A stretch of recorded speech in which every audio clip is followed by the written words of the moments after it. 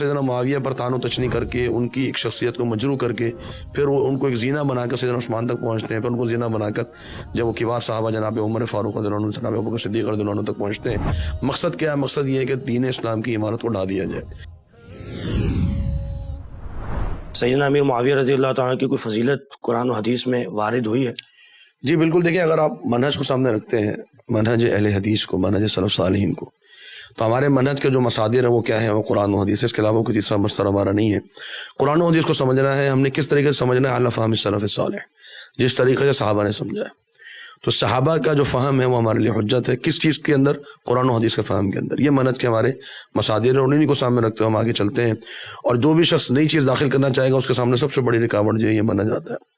سیدنا معاویہ رضی اللہ کے تعلق سے آپ نے بات کی، جو لوگ سیدنا معاویہ کے اوپر طعن و تشنیع کرتے ہیں، بنیادی وجہ یہی ہے کہ وہ ایک تاریخی روایت کے اوپر اعتماد کرتے ہیں جن تاریخی روایت کا کوئی صحیح سند موجود نہیں ہے، اور پھر وہ سیدنا معاویہ پر طعن و تشنیع کر کے ان کی ایک شخصیت کو مجروح کر کے پھر وہ ان کو ایک زینہ بنا کر سیدنا عثمان تک پہنچتے ہیں، پھر ان کو زینہ بنا کر جب وہ کبار صحابہ جناب عمر فاروق رضی اللہ عنہ، جناب ابوبکر صدیق رضی اللہ عنہ تک پہنچتے ہیں۔ مقصد کیا ہے؟ مقصد یہ ہے کہ دین اسلام کی عمارت کو ڈھا دیا جائے۔ جب وہ شخصیات جو کہ دین اسلام کی سب سے معتبر شخصیات ہیں وہ مجروح ہو جاتی ہیں، ان پر قدغن اور عیب لگ جاتا ہے، تو پھر ظاہری بات ہے کہ دین اسلام کے تمام مصادر جو ہیں وہ مشکوک ٹھہر جاتے ہیں۔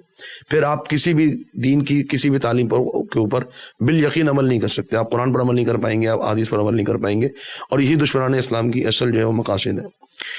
تو ہم جناب معاویہ کی فضیلت کو کیوں بیان کرتے ہیں؟ اس کی وجہ یہ ہے کہ یہ وہ دروازہ ہے کہ جہاں سے یہ لوگ داخل ہوتے ہیں، اور اس لیے بھی کیونکہ جناب معاویہ کی فضیلت ہمارے منہج کے مطابق جو منہج حدیث ہے، قرآن و سنت کے مصادر و مراجع میں ثابت ہے۔ سیدنا معاویہ ایک صحابی تھے، صحابی کے متعلق جتنے بھی فضائل ہیں جو کہ شیخ صاحب نے بھی بیان کیے وہ ہمارے لیے وہ فضائل موجود ہیں۔ السابقون الاولون من المہاجرین والانصار والذین اتبعوهم بإحسان رضی اللہ عنہم ورضوا عنہ، جو پیروی کرنے والے ہیں جن کا شمار صحابہ میں بھی نہیں ہوتا، صرف صحابہ کی پیروی کی وجہ سے رضی اللہ عنہ ورضوا عنہ کا اگر ان کو لقب ملتا ہے تو جو صحابہ میں شمار ہوتے ہیں تو بالاولی اس لقب کے حامل ہیں۔ وکلا وعد اللہ الحسنى کا ایک وعدہ ہے اللہ تعالیٰ کا تمام لوگوں کے ساتھ، الحسنى کا مطلب ہے جنت۔ تو صحابہ کے لیے جو عمومی فضائل ہیں وہ سب کے سب ثابت ہے جناب معاویہ رضی اللہ عنہ کے لیے۔ اس کے علاوہ جناب معاویہ کے لیے الگ سے فضائل موجود ہیں۔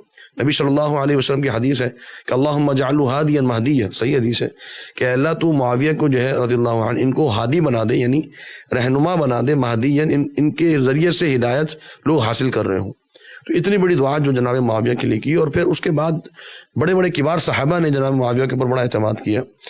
اسی طرح جناب معاویہ کی ایک جو فضیلت ہے وہ یہ کہ وہ کاتب وحی تھے۔ بہت کم لوگ تھے جن کو لکھنا آتا تھا، ان میں جناب معاویہ کا شمار تھا، اور وہ قرآن مجید کو لکھا کرتے تھے۔ 17 کاتب وحی ہیں، ان میں سے ایک کاتب وحی جو ہے جناب معاویہ ہے۔ اور جناب معاویہ کے بارے میں آتا ہے کہ خود وہ فرماتے ہیں کہ میں نے سورۃ المائدہ کو لکھا ہے۔ سورۃ المائدہ جو ہے وہ قرآن مجید کی آخری سورتوں میں نازل ہونے والی کتاب سورت ہے، تو اس کو ایک بڑی تعداد میں آیات جو اس کے لکھنے والے جو صحابی ہیں وہ جناب معاویہ ہیں، کاتب وحی میں ان کا شمار ہوتا ہے۔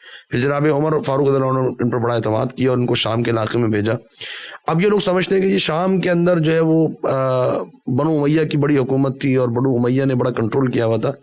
آپ ذرا ذہن میں لے کر آئیں کہ بنو امیہ سے شام کے لوگوں کا تعلق کیا تھا، جناب معاویہ کا کیا تعلق تھا شام کے لوگوں سے، کہ شام کے لوگ جو ہیں وہ جناب معاویہ پر مر مٹنے کے لیے تیار تھے۔ کیوں؟ اور ان کی باتوں کو قبول کرنے کے لیے تیار تھے، کیونکہ جناب معاویہ نے اتنے بہترین طریقے سے انتظام سنبھالا تھا شام کے علاقے کا۔ اور شام کے علاقے کو یہ نہ سمجھیے کہ آج کا شام ہے، آج کا شام سیریا ہے۔ شام جو اس دور میں تھا اس کے اندر فلسطین بھی شامل تھا، اس میں لبنان بھی شامل تھا، اس میں اردن بھی پورا شامل تھا، اس میں مصر کے کچھ علاقے بھی شامل تھے۔